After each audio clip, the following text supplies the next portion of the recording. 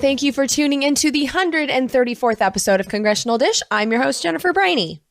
So I'm guessing that quite a few of you are expecting to turn on Congressional Dish today and hear about the Every Student Succeeds Act, which was a major education overhaul that was signed into law back in December, but at the same time as some other very large pieces of legislation that I just haven't gotten to yet. So we need to know about this education bill before we vote, and I'm working on it. The thing is that this is a really hard episode to do. I've finished reading the bill, and now I just need a few extra days for the research, because what I originally saw as a pretty mundane bill, I'm actually, the more that I'm researching and looking into the background of it, I'm thinking it's much more significant than I thought before. So I really want to make sure that I get all the information into this one and really understand the intent behind the Every Student Succeeds Act. And I think that picture is starting to come together in my head. And so basically by waiting, you guys are going to get a better episode, but I do apologize for the delay on that. What I'm going to do is I'll be releasing that next Sunday, assuming that my sister does not have a baby in between now and then, because I'm getting on a flight tonight to go down to Los Angeles, where I'm basically hanging out with my sister until she pops. So assuming that she stays until a little bit closer to her due date. She's not due until October 9th, but if she has a baby next week, that's just about the only thing that can slow down the Every Student Succeeds Act episode at this point. But yes, you can expect that next Sunday, October 1st. And again, I do apologize for the delay. But knowing that I wasn't going to be able to finish that episode this week, I decided to do an experimental episode just so that you guys will have something to listen to. And so what I'm doing today is an experiment. This is not a typical episode of Congressional Dish, although lately, what is a typical episode of Congressional Dish? It's all over the place, which is part of the fun. But basically, I and my dorky husband, we did a dorky thing, which is on Wednesday night, we decided to watch a hearing just for fun, because there were some really juicy hearings in Congress over this last week, and we wanted to watch one of them. The one that we decided to watch was in the House Oversight and Government Reform Committee, and this was about the Epipens. Epipens are little injectors of epinephrine. And so for people that have food allergies or allergic to beads, when these people get allergic reactions, they need to inject themselves with epinephrine, many of them to survive. You know, if you have a severe food allergy, you can die without this medication. And it used to be about $50 per pen, and that price skyrocketed up to $300 per pen. These things are sold in 2-packs. But yeah, that price increase was shocking to a lot of people. And so what Congress did is they brought the CEO of Mylan Inc, that's the company that makes the EpiPen, they brought them into Congress to discuss this scandal, really, and to get some answers about how the company is justifying that price increase and what happened. And so that's the hearing that we watched. It was almost 4 hours long. It was riveting.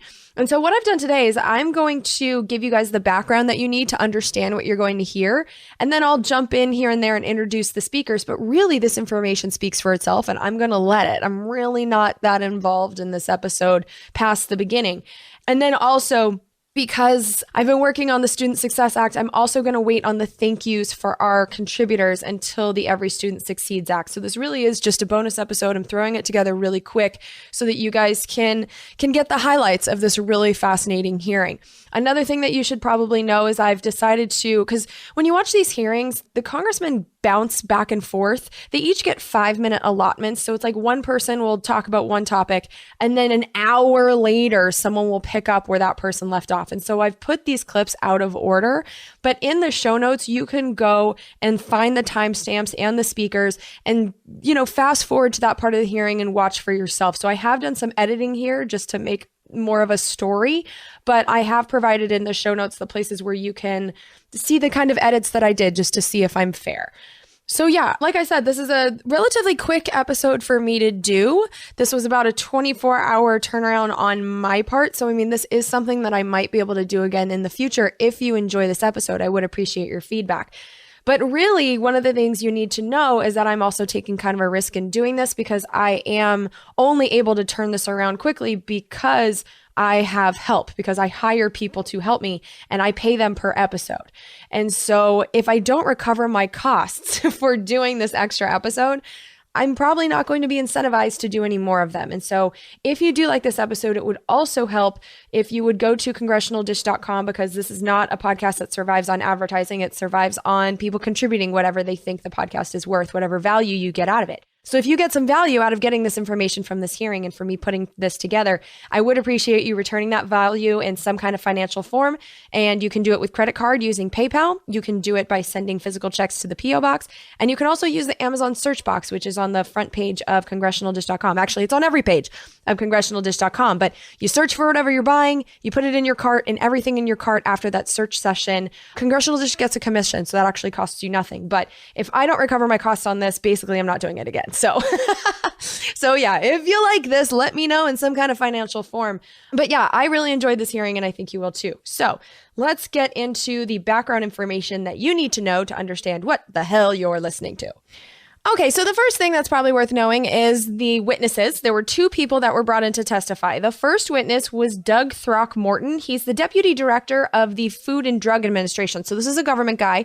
And the Food and Drug Administration is responsible for approving new drugs. And really, he didn't get a lot of questions, but that's probably because he didn't have a lot of answers. And so really, out of the whole 4.5 hours, this is all you really have to know about Doug Throckmorton's testimony. First of all, he was asked about all of the products that can provide epinephrine to people when they're having an allergic reaction. And this is what he said. Currently, there are 2 products that are available on the market. Both of them have been approved as new drug products. So the first is the EpiPen. The other is a product called Adrenaclick, which is another epinephrine auto-injector that prescribers can write for and is available through pharmacies. And then the rest of his testimony was basically people trying to get information out of him about where we are in developing other drugs to compete with the EpiPen. Because one of the biggest problems with the EpiPen is that, like you just heard, there are only 2 products. There's the EpiPen and then there's this Adrenaclick thing. But the EpiPen is by far the biggest product in the market. It's actually pretty close to being a monopoly. And you'll hear about that more later in the hearing. But basically, there are 2 products, and a lot of people would like to see more competition. And so they were grilling the FDA, this Doug Throckmorton guy, about where we are in the process of getting more generics. And this exchange pretty much explains his entire testimony. You have under consideration, I guess it would be public knowledge, anyone attempting to produce generic competition? I think it's publicly knowledge that there are companies that are looking at that. But you would have to approve them. Do you have any being considered for approval now? I can't comment on any specific applications. No, but do you have applications now? They would have to be approved. How long have you had the application? I'm sorry, I can't. You can't comment. Tell us. I'm sorry, I can't comment about. Because we need to know. I mean, one way to bring the price down is to have competition. Wouldn't that be correct? I absolutely agree with that. Here, can you let the committee know, for the record, how many applications you have? You don't even have to tell us the name, and how long you've had them, and how long you've been processing. I'm sorry, I can't provide that information. Well, I can't. That's not acceptable to come here on this subject and not have that answer. And there you go. The end. He really had nothing much more to say than that. I mean, when he says, I just can't give you the answers that you seek, they tended to ignore the man. So we're just going to leave him aside for the rest of the hearing. But the reason is that the star of this hearing was definitely Heather Bresch. She is the CEO of Mylan Inc, which is the company that basically has the monopoly control over these epinephrine injectors that save people from severe food allergy attacks. And as you listen to her testimony, I would like for you to keep in mind who she is. This is someone who was definitely born into privilege because she is the daughter of Senator Joe Manchin of West Virginia. And before he was senator, he used to be the governor of West Virginia, making Heather Bresch the former first kid of West Virginia. She's like the Chelsea Clinton of West Virginia.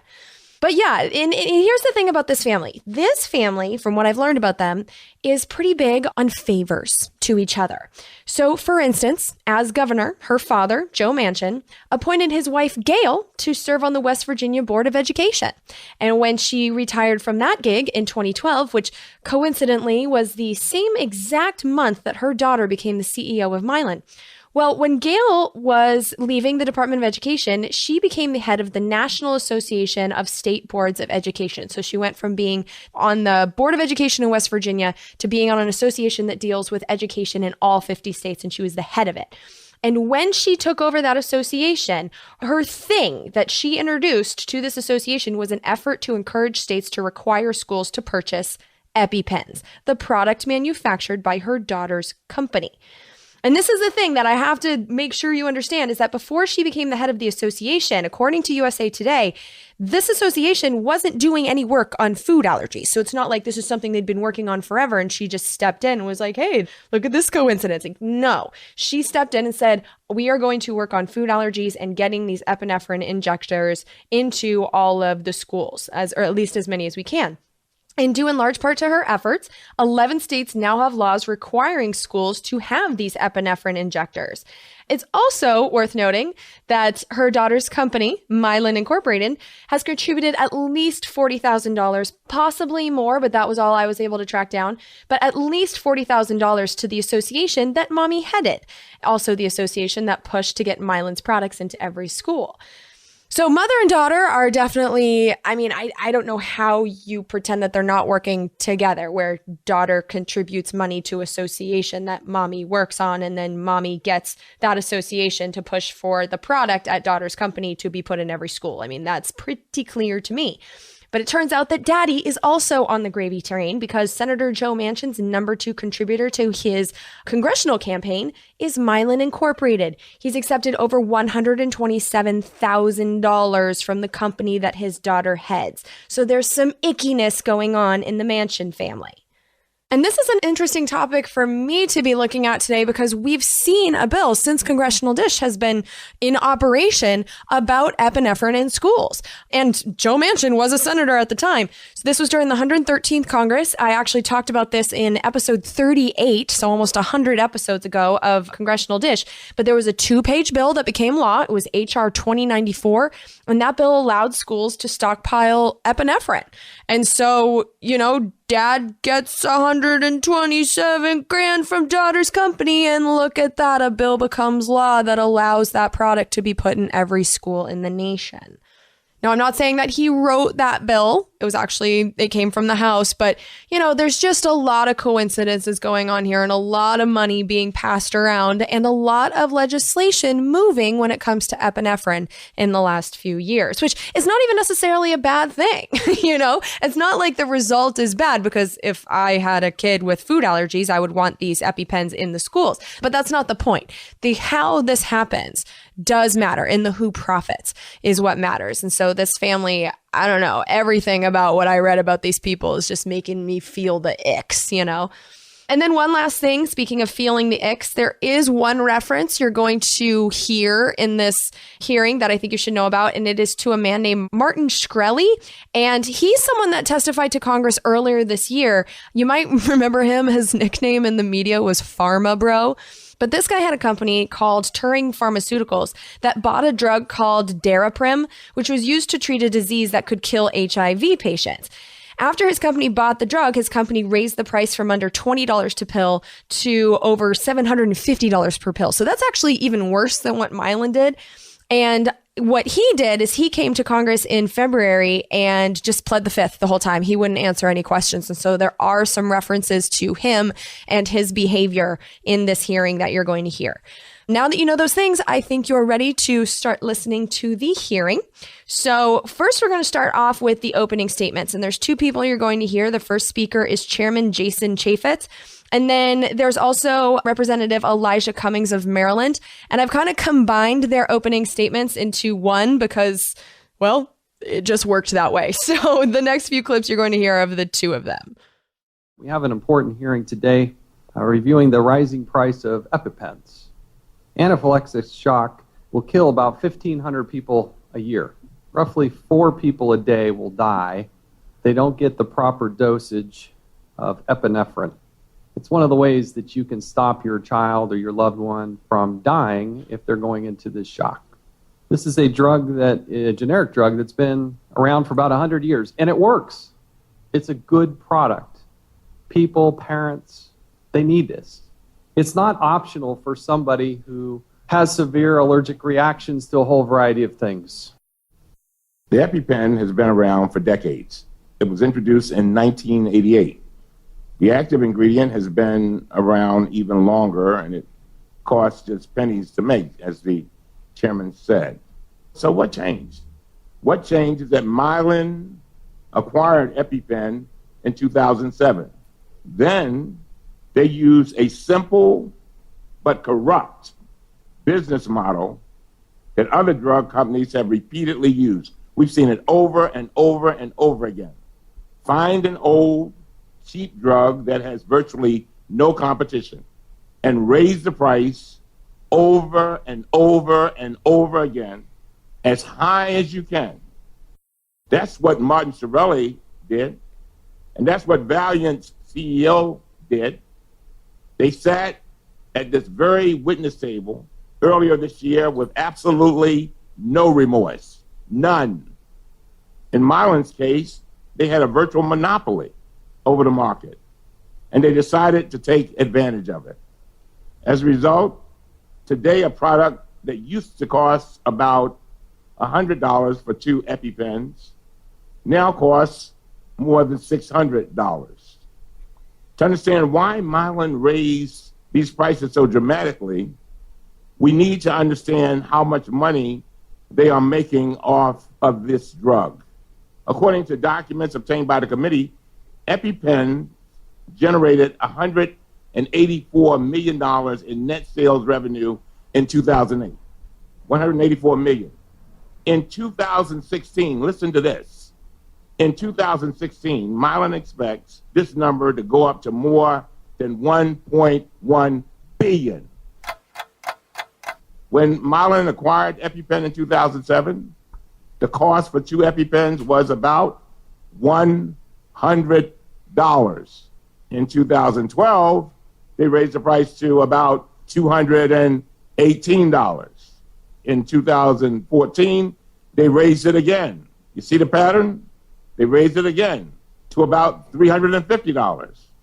In 2015, they were on a roll. They raised it again to about $460. And now it's $608. While the price of EpiPen shot up exponentially, so did Ms. Bresch's paycheck and the lavish compensation of her fellow executives at Mylan. In 2007, Ms. Bresch received $2.45 million, according to financial report. Not bad. By last year, her compensation had soared to more than $18 million, a 671% increase. Mylan's chairman, Robert Corey, got even more. He made more than $22.5 million in 2014 alone. But here's what doesn't add up for a lot of people, and believe me, I'm a person who believes in profit motivation. You have 5 executives in 5 years that earned nearly $300 million in compensation. And this is, by all accounts, as best I can tell, one of their biggest revenue drivers and one of the biggest revenue items. They used to have a competitor. A competitor dropped out of the market. I believe it was 2010. I could stand to be corrected, but I believe it was 2010. When that other product left the market, the product price zoomed. It just went up. So here is yet but another example of a life-saving drug that you have to have. If you don't have it, you're going to die. And there's no competition, which brings us to why we have Mr. Throckmorton here from the FDA. One of my concerns, based on the sole economics of it, right? Basic economics. You have a generic product that's been on the market for 100 years, and suddenly you see this massive rise in the cost, the price to consumers. That would signal to entrepreneurs that there's an ability to make a profit. And when you understand that the cost of goods for the juice is only $1, the delivery vehicle, which is unique and it's innovative, there's a cost to that too. But when the juice is $1 and they're selling it for $600, there's some room for some profit. But if new market entrants aren't able to submit an application and get it through the FDA, then guess what? You have, in this case, Mylan, who's able to market a product, quickly raise the price, bring home an exorbitant amount of profit with no competition. It was actually my brother who said, hey, why are you trying to get in the business of some private entity and how they price it? He said, because the market forces aren't at work. Competition cannot be in there. Competition would be good. It would help drive down the price. Well, we had Mr. Sorelli before us. He said something that was very interesting. And for some reason, Mr. Chairman, I think about it over and over and over again. As soon as he got out of the hearing, you know what he called us? Imbeciles. He said every member of Congress is an imbecile. You know why he said that? Because he knew they would go back and do the same thing over and over again. So he took his punches. He rope-a-doped. Matter of fact, he did worse than that. He took the fifth. And the prices kept on going up. And so I beg all of our colleagues to take this moment. This is our moment. If they're going to be something that we do in a bipartisan way, this is it. Okay, so what you just heard was a mishmash of the congressman's opening statements, but the witnesses also get to give opening statements. So here is just a little bit of Heather Bresch's opening statement. I'm Heather Bresch, the CEO of Mylan, and I appreciate the chance to be with you today. Before I answer your questions, I would like to share with you little information on my background and Mylan and tell you what we have done in the last weeks to address the concerns about the price and the availability of EpiPens. I grew up in a small town in West Virginia in a close family with a strong work ethic. I joined Mylan in 1992 as an entry-level clerk, performing basic administrative tasks in the basement of the company's manufacturing facility, and worked through 15 different roles in the company until I reached my current position. When I started with Mylan, our sales were approximately $100 million, with less than 500 employees, and today our sales are in excess of $11 billion with more than 40,000 employees. And 1 in 13 U.S. prescriptions is filled with one of Mylan's medications. Recent EpiPen price increases have not yielded the revenue to Mylan that many assume. In the complicated world of pharmaceutical pricing, there is something known as the wholesale acquisition cost. Since 2014, the wholesale acquisition cost for 2 EpiPens increased from $401 to $608, or 51%. But the net revenue to Mylan, after rebates and fees, what we actually received, increased from $235 to $274. In other words, the annual increase to Mylan for the last 2 years was approximately 8% per year, or 16.6% cumulatively during this period. From that, you must subtract our cost of goods, which is $69. This leaves a balance of $205. After subtracting EpiPen-related costs, our profit is $100, or approximately $50 per pen. All right, so those are the highlights from her opening statement. Now let's get into the questions, my favorite part of hearings. Let's start off with a question from Elijah Cummings of Maryland. Would you agree that you made hundreds of millions of dollars in profit in 2015 based on the sale of EpiPens alone? Sir, we have an $11 billion company. I run an $11 billion company, and yes, EpiPen is our largest product, but by no means driving the entire performance of our company. No, you answered my question. So you agree that you made hundreds of millions of dollars in profit in 2015 based on the sale of EpiPens? Yes, sir. Thank you. Ms. Bresch, here's what I want. I want you to produce to this committee a breakdown for each year for the past 10 years since you acquired this drug in 2007. I want you to include a detailed list of all your costs for each year, all of your expenses for each year, and all of your profits for each year for EpiPen. And that's what we asked for nearly a month ago. The chairman is real big on documents, and I am too. And it's very unfair to us when we ask you for documents and we don't get what we want. Because what that means is that the hearing is over. As I said before, you go back, fly back to wherever your company is, and we have then lost a chance to get the kind of information we need. Here's a question from Eleanor Holmes Norton of Washington, D.C. After an avalanche of criticism, perhaps the worst, and that is really saying something, of any pharmaceutical in recent memory, will you reverse the increase in price of EpiPens? Congresswoman, thank you. We have, by the introduction of a generic, which has never been done before, an unprecedented event for a brand to cannibalize their own, to $300. And that you did in response to the criticism. That's your response to the criticism you've gotten from the public long before you came to this hearing, but nothing about the brand name product. Is that right? Because the way that we can make most immediate impact to the patient would be to reduce the price of the brand name product. But that would not be guaranteed to flow through to the patient. What we did was to give immediate and relief to the patients that fall into this. So that was your concern. You know, this just might not go to the patient, so we will go immediately to... Yes, our concern was absolutely that everyone who needs an EpiPen has one. And so putting a generic into the market would, we believe, be the most effective and efficient way to make that happen. Now let's move on over to Scott DeJarlee of Tennessee. Ms. Bresch, I just wanted to try to get inside the mind of a large drug company CEO for a minute. When did you guys sit down and decide after 2008 you acquired the EpiPen? When did you decide to use this model of price increase? And how did you come to that decision? It was first recognizing the fact that there's a severe, shockingly low understanding of anaphylaxis, and there is a shockingly low number of people who were prepared or protected with EpiPen. So you decided you should raise the price? No, sir. We committed to investing in this product, which we have about over $1 billion over this 8 years to provide access. Okay, and how much have you made over 8 years? It is absolutely our largest product, but... no, I just said how much have you made? You said you invested $1 billion. You know how much you invested. How much did you make?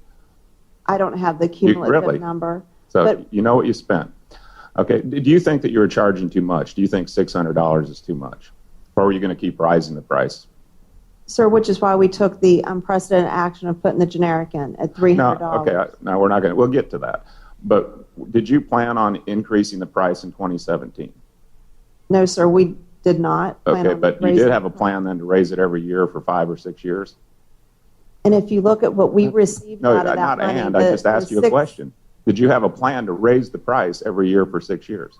We have raised the price. We have raised the price, and I think managing to what we received, that 274 out of the 608, is what we were managing. So, you know, you're obviously proud of your company. You think that was fair then to raise the price each year to that point, even though you got a drug at $100, which was probably too much for the drug considering what the cost is. I know you made a fancy clicker because I had one of your reps come by my office back in 2009 or 10, show me how to use it. So I know that costs a little bit of money. But generally, when a drug goes to generic, doesn't the price go down? Which is why we dropped it to $300. Only after you jacked it up to $600. It's like if I go buy this tie and they say it's $600, but we're going to sell it to me for $300. That doesn't make it worth $300. You fixed the price on the drug, and now you know. When did you know you were going to release the generic?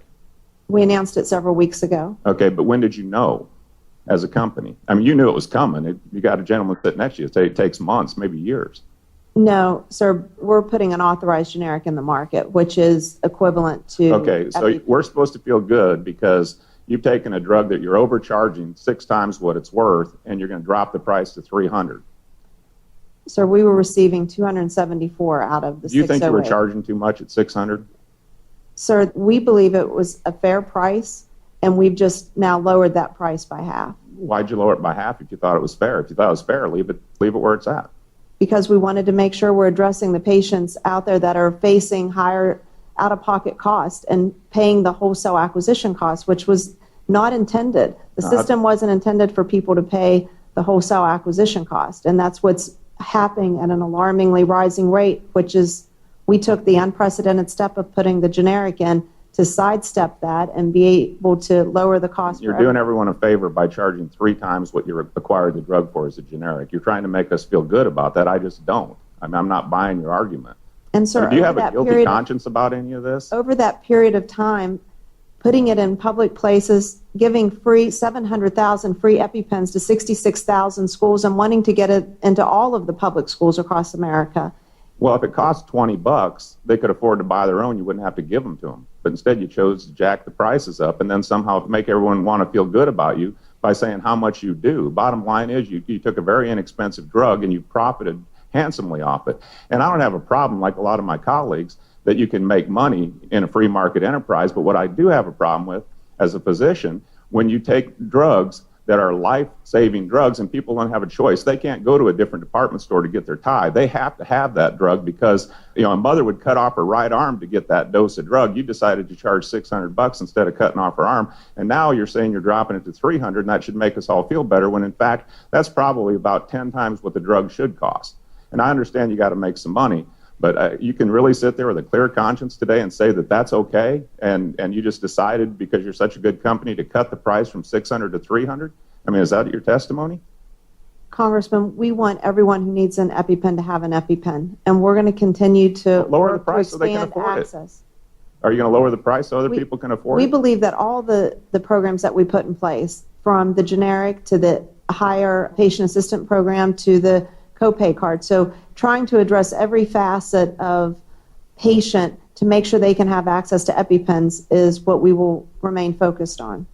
Next up is Gerald Connolly of Virginia. You've got a stranglehold on the market. You control 94% of this market. Is that correct? So we have a large market share. We don't control at any point. All right, I'll withdraw the word control, Ms. Bresch, if it offends you. You have 94% of the market share. Correct. Yeah. I'd call that a stranglehold. I'd call that a lot of control. You don't want to call it control, don't. But consumers are experiencing it a little differently. And so because you have such a stranglehold on the market, you can do what you want in terms of pricing. And you have. Sir, we have had many competitors in and out of this marketplace. In fact, that's just underscores the complexity. Your competitors don't even equal 6% of the market, Ms. Bresch. I mean, that doesn't even pass the giggle test, what you're asserting. You virtually have a monopoly, and you've used it to your advantage, but unfortunately, it's at the expense of people who need it. This is a life-saving drug in some cases. People who risk anaphylactic shock don't have a choice. They have to use it. And I'm wondering what your sense of social responsibility is to those people.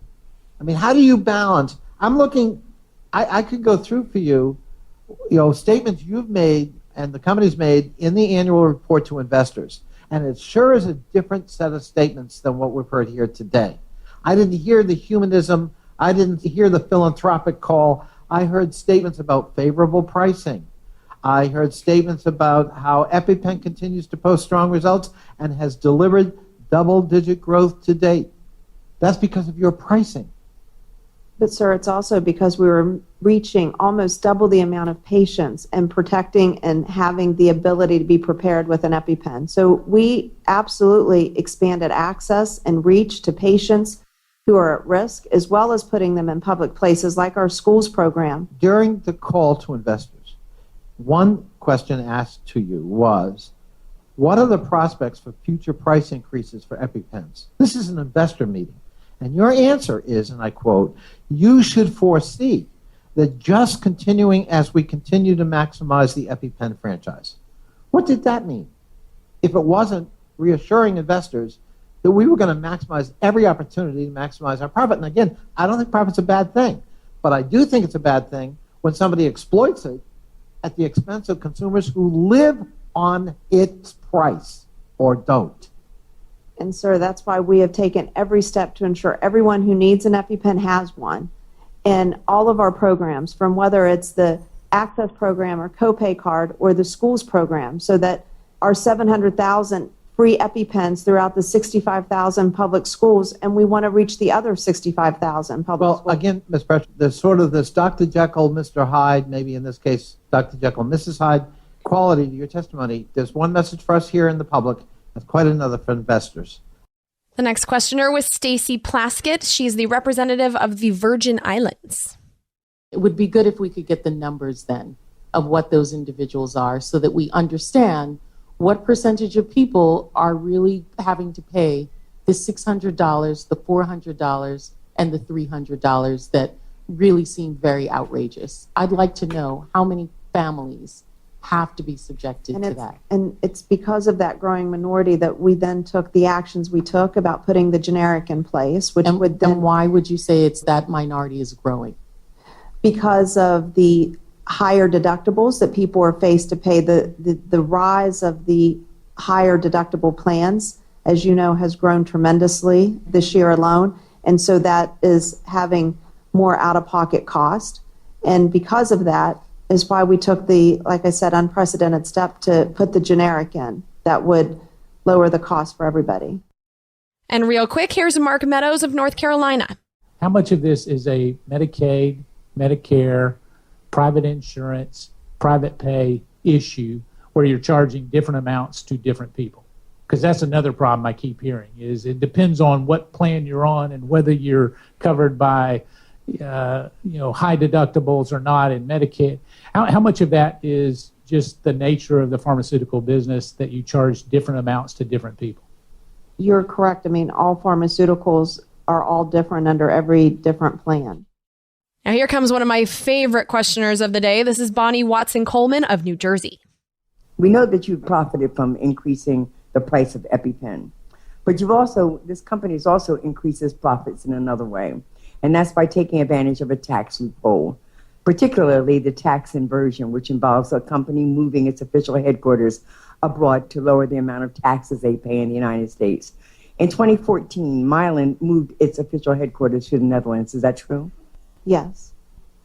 You wrote in a letter to shareholders about the tax inversion, and I quote, "The transaction also is expected to lower Mylan's adjusted tax rate, currently forecasted to be approximately 24 to 25% in 2014, to approximately 20 to 21% in the first full year after the consummation of the transaction, and to the high teens thereafter." What was Mylan's company-wide effective tax rate in 2014? I believe it was in the mid-20s to low 20s before we inverted. What is it today? It's between 15 to 17%. So from our perspective, last year, hardworking Americans had to pay 25% on all amounts that they've earned over $38,000. But Mylan, which according to the SEC filings, had earnings in 2014 to close to $1 billion, you pay lower tax rate than many individuals who are struggling and who are possibly parents who need access to those drugs for their children. Did you lower the cost of the EpiPen since Mylan would be saving so much in taxes by this move? So the 15 to 17% is our global tax rate. I mean, that's after averaging everything out. So we in the United States are still paying higher taxes on everything that we sell in the United States. From the benefit that you derive from moving your headquarters, did you lower the EpiPen cost here in this country? We're still paying taxes. That's here in a this yes or country, no, are ma'am? higher taxes. So that's a no or yes, or that would be no? We did not lower. Okay. According to an article in the Washington Post, as a result of this tax inversion, some Mylan executives based in the U.S. face higher personal tax liability related to stock that they received as part of their compensation. That same article stated that Mylan paid you more than $5 million to cover these taxes. So while Mylan skirted its tax liability and left our country, leaving hardworking Americans to foot this bill, you didn't have to worry because Mylan paid more than $5 million to cover your personal taxes. That's really hard to deal with and hard to believe. You are the CEO of Mylan, right? Yes. When Mylan moved its official headquarters abroad, did you move to the Netherlands? No. According to your website, and I quote, "The chief executive officer and other executive officers of Mylan NV carry out the day-to-day conduct of Mylan's NV worldwide business at the company's principal offices in Canonsburg, Pennsylvania." Is that true? Yes. So is there's anything more than a virtual office in the Netherlands so that you could claim to be a tax purpose resident there? We are now domiciled in the Netherlands and run our global business, but physically, yes, we work out of Canonsburg. So basically, you're running the business out of Canonsburg. So you simply moved your address to another country so that you didn't have to pay at the tax rate in this country. At the same time, you present this drug, this life-saving drug, at this increased cost to families who can barely afford it. It sounds to me like this is really a sham and a shell, and it's very sad to hear this. Do you really think that it's fair that you don't have to pay the taxes as a U.S. company? So again, we do pay taxes here in the United States for all of the sales of all the revenue that we receive here in the United States. So we are absolutely paying our taxes for everything that we sell here in the United States. The one thing I get is that you all are very smart about avoiding responsibility and straightforwardness. But there's a bill that could close the loophole that you have your virtual office over in the Netherlands and claim to be resident for tax purposes. And that's the Stop Corporate Inversions Act of 2015, which was introduced in January of last year. And I'm sorry to say that my Republican colleagues have failed to act on it. But I think that having had a hearing as of this nature, we can expect, I think, to have more attention to this matter. Following up on that conversation was Peter Welsh of Vermont. The cost of EpiPen in the Netherlands is $105, and that's where your corporate headquarters are. How do they get $105? And you moved your headquarters from the U.S. to the Netherlands. How is it they get to buy it for $105 and we pay $608? Sir, one, I'm not sure of the cost, but what I would say is they have a completely different system. And here's an interesting perspective from John Duncan of Tennessee. What they've done in the drug industry, they've come in and they've manipulated the market. Now, Ms. Bresch justifies all this, saying that they only get $274 from the Epipens. But these pens were selling by this other company, this German company, for $100 in 2007. We've only had, I think, around 30% inflation in those years, and yet they have almost tripled the price that this German company was paying. Then Congress, with good intentions, made the situation worse by giving incentives for these schools in grants to get these pens. Now, remember before we talked about how Heather Bresch's mother got all of these EpiPens into schools. Well, there's more to the story, which was exposed by Tammy Duckworth of Illinois. I'm also not as concerned about your profit making. I believe in the free market. What I'm concerned about is your monopolistic practices. And so there's a little confusion in public reporting. Could you simply confirm, yes or no, whether schools that purchased discounted EpiPens had to make any representation and warrants to Mylan that they would adhere to certain conditions in order to access the discount price that you give them? Schools did not have to purchase any EpiPens. No. The schools that are trying to get the discounted price from you, did they have to certify or make any representations or warrant to Mylan that they would adhere to certain conditions in order to get that price? For people who wanted to buy it at the discounted rate, yes. The free EpiPens had no... I'm not talking about the free EpiPen. So I'm holding here, and Mr. Chairman, I'd like this entered into the record, and please put this up.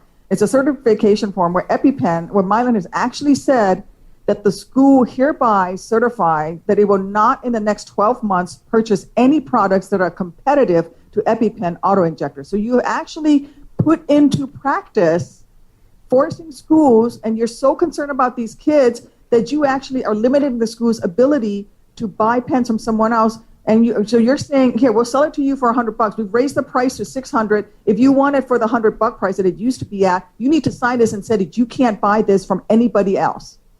Don't answer. I'm not asking you a question. That's what you've done here.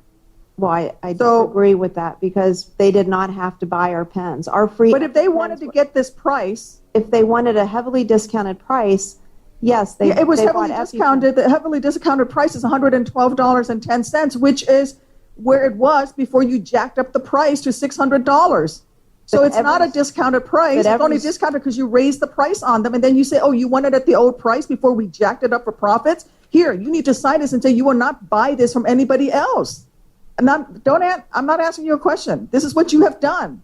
Your own document says it. They don't have to buy them, and everyone That's is right. eligible you don't have for to buy them, but your own mother is out there lobbying to make sure that they're in all those schools. And this article says that many members of the board of the NASBE didn't even know that there was a family connection between Mylan and your mom through you, as she was out there passing out your guides from Mylan, as she was out there talking to school boards, as she was pushing for these EpiPens to be put into school districts, and then they can't buy it for a lower price. Congressman, that is completely You control 94% of the market, and then you tell schools you want it at the old price. Sorry, you can't buy it at the old price unless you promise not to buy it from anyone else. That, to me, is an unfair monopoly.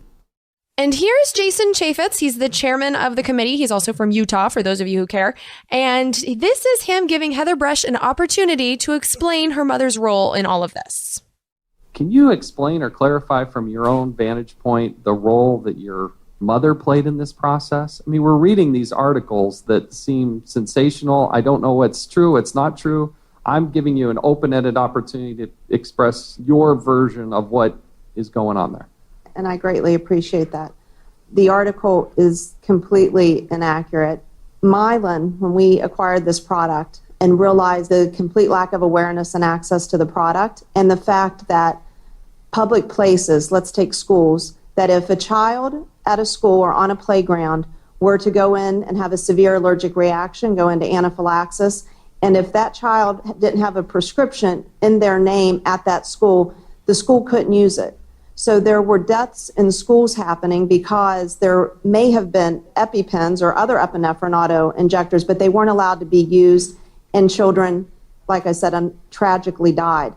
We saw this as unacceptable. So there had only been a handful of states that had started to recognize that epinephrine auto injectors could be in a public place in the school's name, not in the child's name. Therefore, the nurses and trained administrators could use it in the case of a tragic event.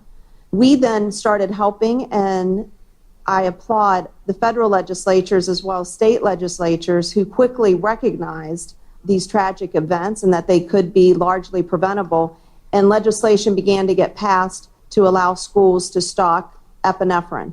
We then launched our EpiPen for Schools program, which, as I said, we've given 700,000 free pens to over 66,000 schools with no strings attached, and hope that one of the benefits of this would be that the other 65,000 schools will participate and receive free EpiPens.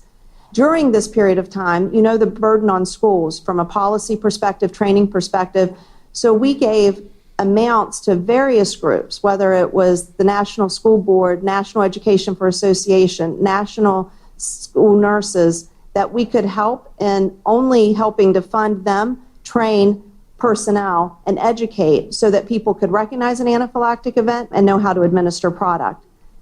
My mother has dedicated her life to education, has been a volunteer for years, and rotated 1 year into the president of the National School Board in 2012, and then rotated out. We have continued to work with these organizations to continue to help train and educate. So while people may want to criticize Mylan for giving free pens and having access in public places to EpiPens, I certainly thought it was a very cheap shot to bring my mother into this. You can decide whether or not it was actually a cheap shot or if it feels icky to you too. Anyway, here is another interesting exchange, this one between Heather Bresch and Tim Wahlberg of Michigan. Recent news articles, Ms. Bresch, have documented a lobbying effort on behalf of Mylan to add the EpiPen to the list of preventative medical services managed by the U.S. Preventative Services Task Force. Preventative medical services are those that prevent illnesses before they cause symptoms or problems, as I understand it. Currently, treatments receiving a grade of A or B by the task force are required to be offered to the consumers with no out-of-pocket costs. Supporters of adding the EpiPen to the list of preventative medical services argue that this measure will help consumers get access to EpiPens with no cost sharing. So, Ms. Bresch, will adding the EpiPen to the preventive medical services list, will it do anything to lower the actual price of the device, the overall reason for our hearing today?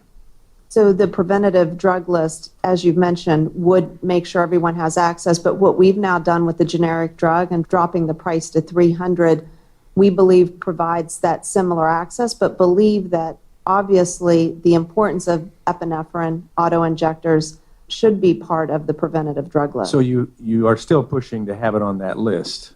I absolutely Even still with the think it should generics? have, yes. Okay. Do you believe that spending lobbying resources to add the EpiPen to the preventive medical list and thus shifting the price of the drug to other sectors is a realistic solution to stem rising drug prices?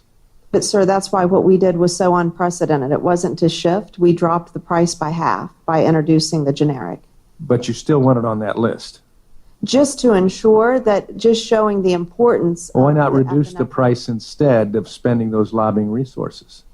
The lobbying resources have been primarily about creating access and getting epinephrine in public places like schools and eventually just like a defibrillator. I mean, what we recognized is that when you need 1 second's count, and they should be where you are. So absolutely. We don't disagree with that at all.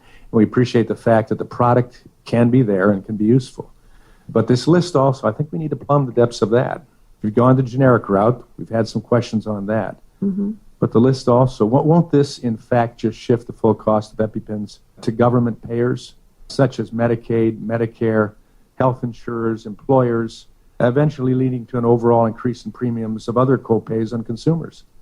No, sir. We believe by putting the generic in like we have at $300, over 85% of our patients pay minimal out-of-pocket costs. So by now reducing it by half, it even reduces that further.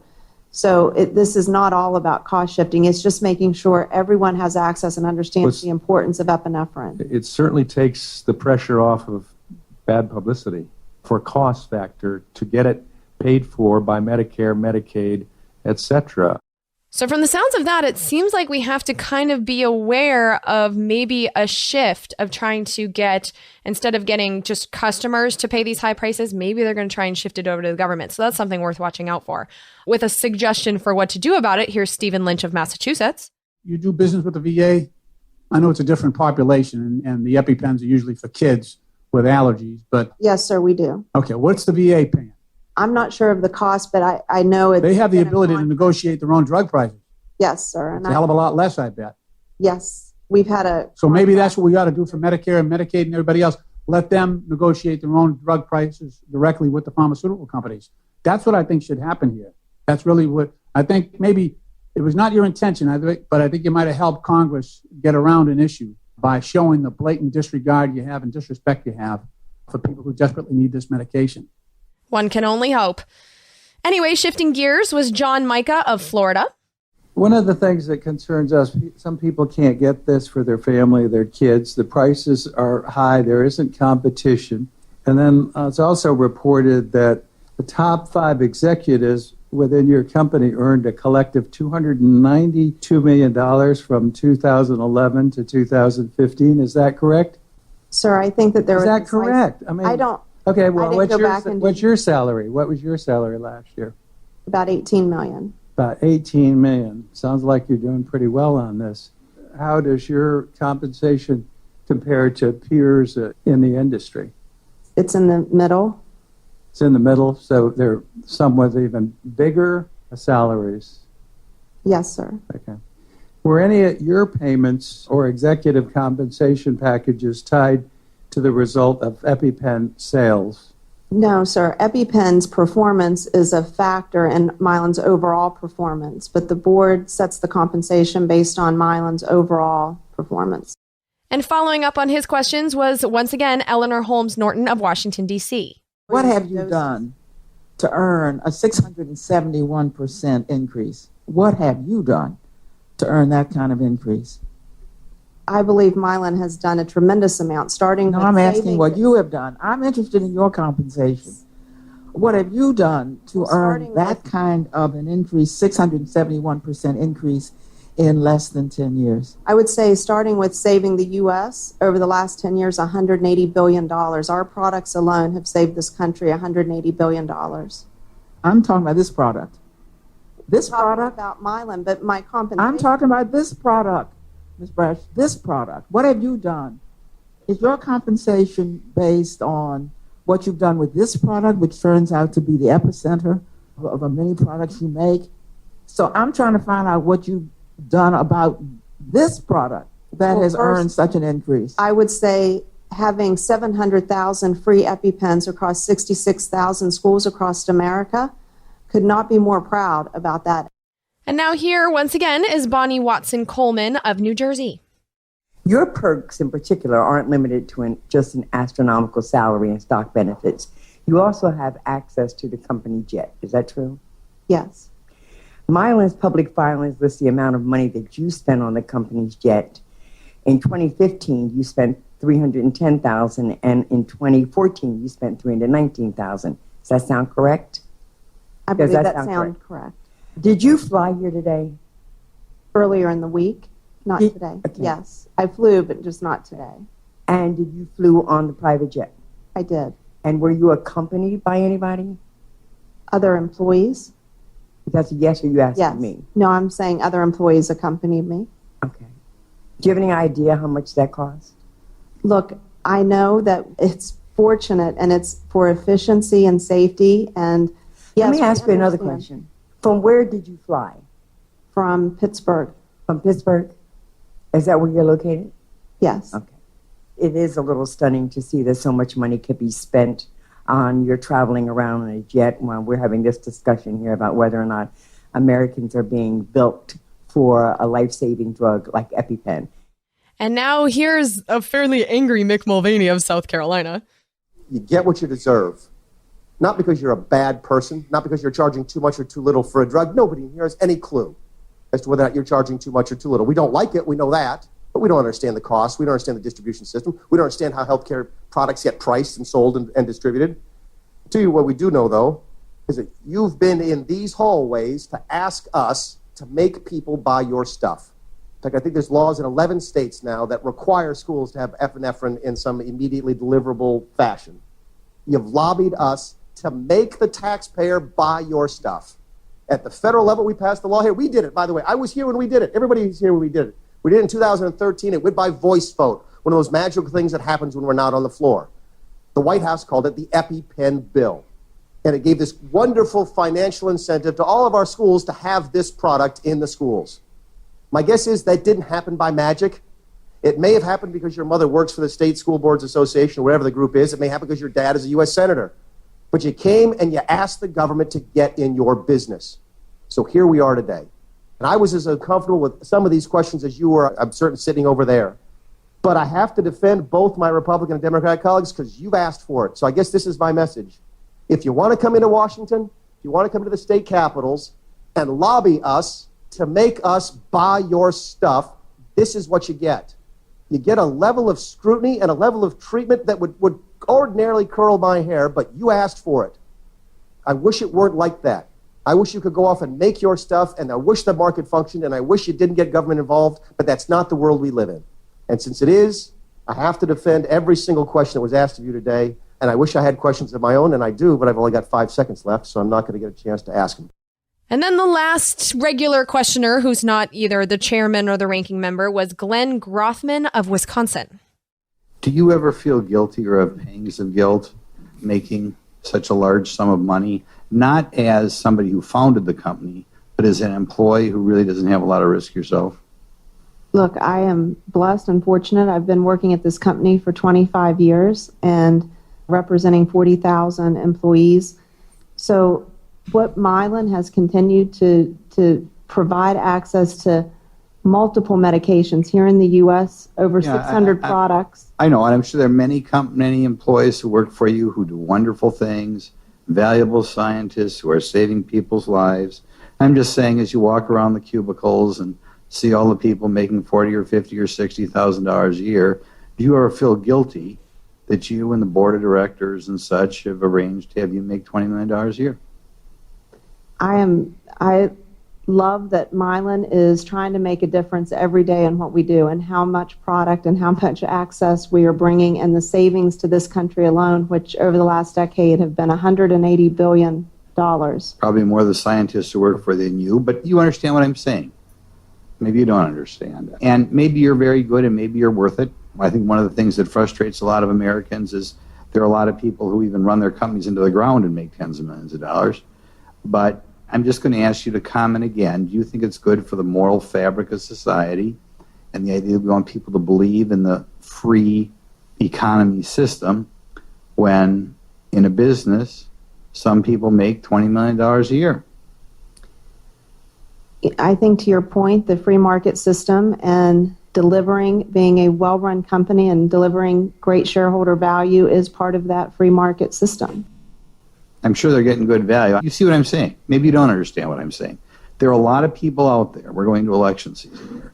There are a lot of people out there who think the system is in part broke, and in part it's broke because they're working their butt off and doing very valuable things, and maybe they're even told to take cuts in pay, and they see a chief executive making a huge amount of money, way more proportionately, even adjusting for inflation, than chief executives made 50 years ago. And as I understand it, more than they make in other Western countries. And I think it grates at some people. I think it causes distrust in our system. I'm not suggesting we take away your freedom to make that amount of money. I'm just saying in all walks of life, there are people who have the capability of making more and voluntarily say, I don't need that amount of money. And I just wondered if you had any comments on the system that we have in America where so many chief executives, not just you, seem to be making far more money than I think anybody would even know what to do with. And that's my only question. And other than commenting that, yeah, the free market system I hope that there are companies that are definitely giving back and creating access and providing many things. And like I said, I go back to Mylan and what we have been able to create, and with 80 billion doses capacity and building up to lower those healthcare costs. So I'll take it. You're not answering the question means a little bit deep inside you are embarrassed at what you're making. So now at this point, we're at the end of the hearing, and Chairman Jason Chaffetz and Ranking Member Elijah Cummings, they get to ask a couple more questions. And one of the things that you should know is this entire time, there's been a financial report that they put on one of those giant poster boards. And it was a one-page, very vague breakdown of how they make their profits. And it was rounded to whole numbers. Like they're saying that for the 2-pack of EpiPens, they get $100 in profit, which breaks down to $50 per pen. And that's what they were really hammering in on, which, I mean, you listen to the hearing too, you know that.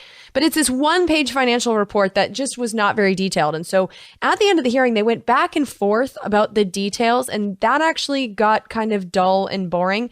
But just know that everything that Jason Chaffetz and Elijah Cummings are saying in these upcoming clips, I'm with them on this. I was feeling the same exact way. And so this is what happened at the end of the hearing. You want us to believe that your profit is less than $50. if you took company allocation and all that, and yes. I don't know who the investors of this company are, but man, I'm telling you, this is some fishy business because these things do not add up. We would expect a very professional presentation on your P&L, and these dumbed down versions here do not make sense without the definitions in here. It just feels like you're not being candid and honest with Congress, who's asking you for some very basic information. And your attorney's over there scrambling, all uncomfortable. But you know what? We just want some basic information. You dug this hole for yourself. You guys dug this hole for yourself. We asked for some simple, basic information. Don't tell me that you're pulling all your R&D costs and all of your fixed expenses and all your facilities and all of that out of your profit line. Any responsible P&L would lay this out for us. You can make this thing go away by being honest and candid, and we just don't think you are. That's why we're in I don't know what number hour here, and we're asking you to provide more information. And don't come here and tell us that, you know, you're doing the world a favor by increasing the price from $125 to over $600, and everybody else is making money but poor old Mylan. That's just, it just doesn't smell right. Doesn't pass the basic sniff test. And Chairman, I don't think we said we weren't making money. I think all we were trying to set the record straight as to the dollar amounts that have been out there around the 608 price to show that what we actually receive is the 274 and to walk down that. And we will happily provide the definitions and that transparency to show you the $50. And I just don't buy the idea that the majority of consumers are paying less than $50. I mean, that's what you're telling us. Right, and that's what... Trust but verify. Seeing is believing. The Mylan way. Show it to us. Show it to us. And that is what our data shows, and we will. I know. Well, we haven't seen it. I just want to go back and briefly as I close with what I said before. I've asked you every kind of way, would the prices come down? And you basically made it clear. Basically, you fall in the same category of Shirelli and the valiant people. They come to the hearing, they go through the motions. At least you tried to answer some questions. But in the end, our constituents still suffer. And I hope that when you fly back on your jet, you'll think about that mother that I told you about, or the people that Mr. Carter talked about a few minutes ago, trying to just take care of their families. And, you know, I try to really look at things from a very balanced way. But I can tell you that I've been on this committee for 20 years, and very rarely have I seen a situation where it seems that we could not get the answers that we were looking for to this degree. And what that does is it goes against credibility. And that's a very, very difficult hurdle. And so that's why we really do need to see the documents. And what we're trying to do is, and I don't, you know, you make all the money you want. I just don't like the idea of it being done in a way that's not transparent. And I don't like it being done on the backs of people who can at least afford it. And you keep trying to convince us that Mylan is doing a great favor. Mylan's making money. Mylan's doing fine. But to come in to say that some of the things that you've said, it just makes me feel that you don't think we're that bright. And that's a sad commentary. So thank you very much, and we'll look forward to receiving your answers and documents. Yes, we will be following up both of you within 10 days. Committee stands adjourned. And that's it for the hearing. So, like I said, this was a bonus episode. I'm going to thank the people who contributed since the last episode in the next episode because, like I said, I'm still working on that one. But for everyone who has contributed to Congressional Dish, thank you so much. And if you like this episode, please contribute because, like I said, I had to pay for this. And you can go to the support page on congressionaldish.com to find your PayPal, your post office, and Amazon options for contributing to this podcast, which cannot survive without you. So thank you very much. And send some good vibes my sister's way. I hope that she gets through this whole birth thing safely and healthily because, God, it scares the hell out of me. But barring a new baby in the world, I will be talking to you guys in a week. Thank you for putting up with me, and I will talk to you soon. Bye-bye. We're surrounded now by liars coming at us through our TV screens. We don't have a domestic spying program. They're content to fight in black and white despite the many in-betweens. We got a president who plays with the facts. And then he waves a flag to cover his tracks. As if a lie is alright, if the end will justify the means. Now we are so damn tired of being lied to. The polar ice caps aren't going away. We don't think we can deny it anymore. You can stick to your story if you think it lies. But we're not keeping quiet anymore. We are so damn tired of being lied to. Government jobs consume the profits of the private sector. We don't think we can deny it anymore. You can stick to your story if you think it flies. But we're not keeping quiet anymore. Now we're not keeping quiet. These bills represent common sense, bipartisan solutions that actually solve problems.